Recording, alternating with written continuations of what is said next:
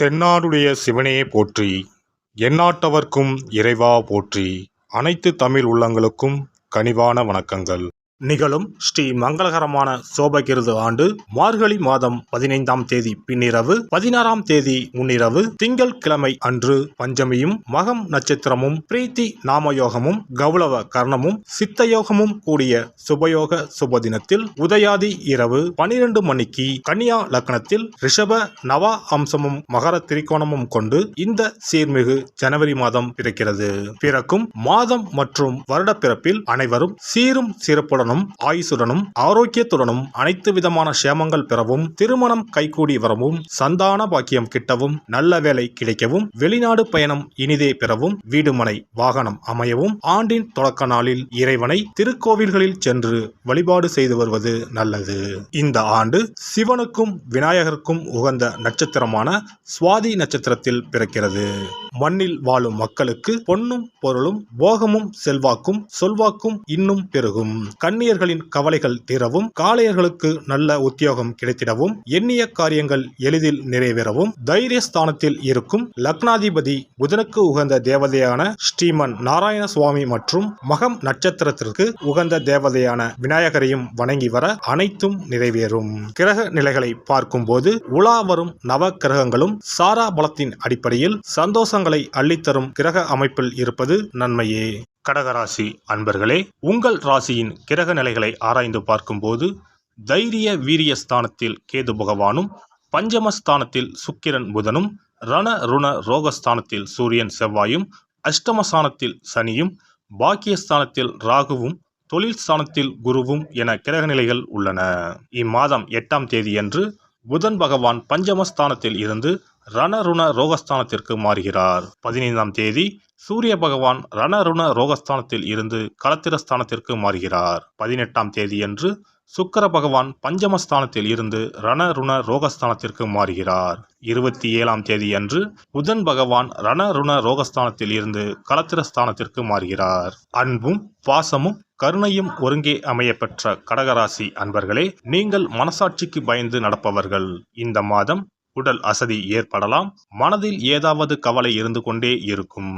திட்டமிட்டு செயலாற்றுவதில் பின்னடைவு ஏற்படலாம். பக்தியில் நாட்டம் அதிகரிக்கும்.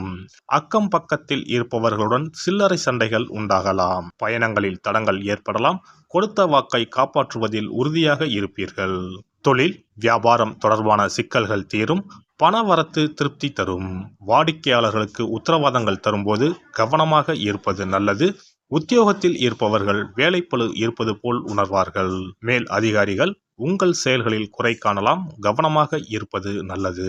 சக ஊழியர்களுக்கும் உங்களுக்கும் கருத்து வேறுபாடுகள் வரலாம். குடும்பத்தில் சில்லறை சண்டைகள் உண்டாகலாம். கணவன் மனைவி ஒருவருக்கொருவர் பேசி எடுக்கும் முடிவுகள் நன்மை தரும். பிள்ளைகளின் படிப்பில் அக்கறை காட்டுவது நல்லது.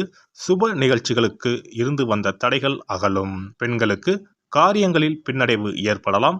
மற்றவர்களிடம் சில்லறை சண்டைகள் ஏற்படாமல் இருக்க கவனமாக பேசி பழகுவது நல்லது. அரசியல்வாதிகளை பொறுத்தவரை தொண்டர்களின் ஆதரவுடன் செயற்கரிய செயல்களை செய்வீர்கள். கட்சி தலைமையிடம் நல்ல பெயரை காப்பாற்றிக் கொள்ளவும். சச்சரவுகளில் சம்பந்தப்பட்டு மாட்டிக்கொள்ள வேண்டாம். கலைத்துறையினர் கடினமாக உழைத்தால்தான் துறையில் வெற்றி வாகை சூடலாம். மற்றபடி உங்கள் வேலைகளை குறிப்பிட்ட காலத்திற்குள் முடித்து விடுவீர்கள். உங்கள் திறமைகளை மக்கள் ஏற்றுக்கொள்வார்கள். சக கலைஞர்களை அனுசரித்து நடந்து கொள்ளவும். மாணவர்களுக்கு கல்வியில் இருந்த மெத்தன போக்கு மாறும். புத்தகம் நோட்டுகளை இரவல் கொடுக்கும் போது கவனம் தேவை. நட்சத்திர பலன்கள். புனர்பூசம் 4ஆம் பாதம்.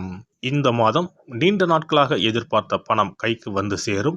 நண்பர்களால் காரிய அனுகூலம் உண்டாகும். எல்லாவித வசதிகளும் உண்டாகும். தேடி போனதும் தானாகவே வந்து சேரும்.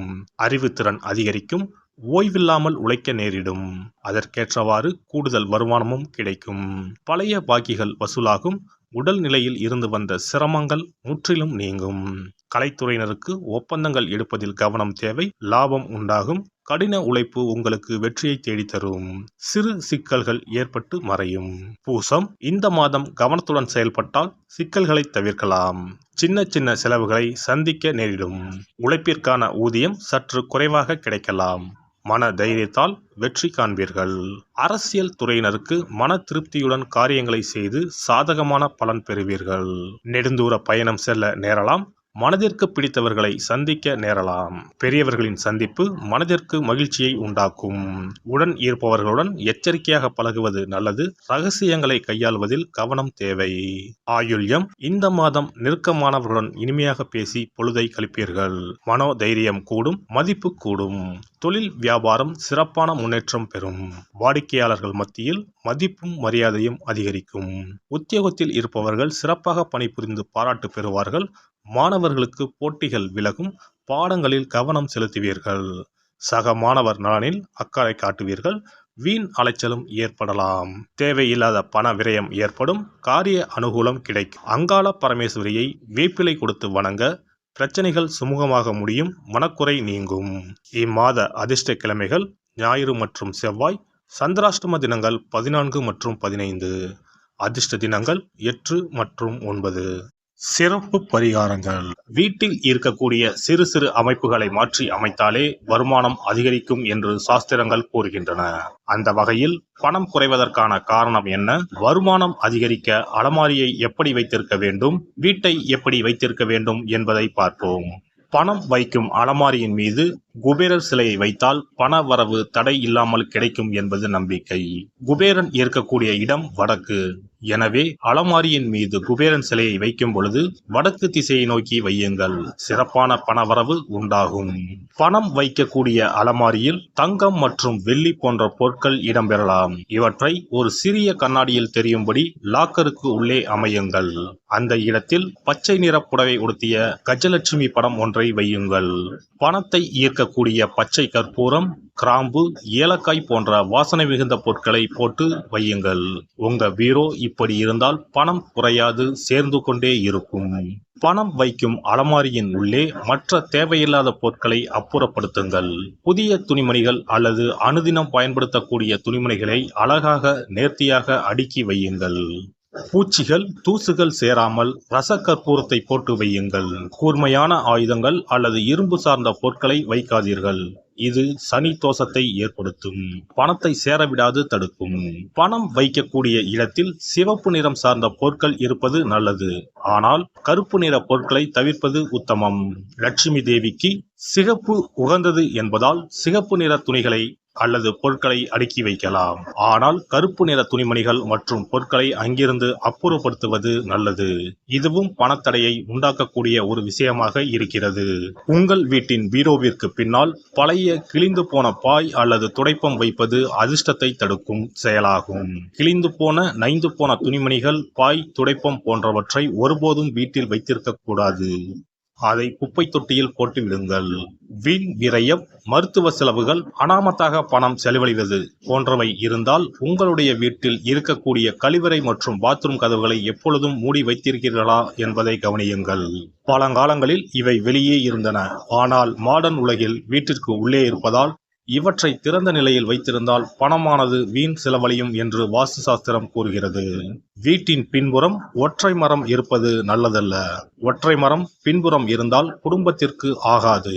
சண்டை சச்சரவுகள் அடிக்கடி வரும் என்று நம்பப்படுகிறது. மேலும் இது பணத்தடையை ஏற்படுத்தி வருமானத்தை குறை செய்யும். மரம் வளர்த்தால் இடைவெளி விட்டு நிறைய மரங்களை வளருங்கள். எல்லாம் வல்ல இறையருளால் நீங்களும் உங்கள் அன்பு குடும்பமும் உடல் நலம், நீலாயுள், நிறை செல்வம், உயர் புகழ், மெய்ஞானம் ஓங்கி வாழ்க வளமுடன்.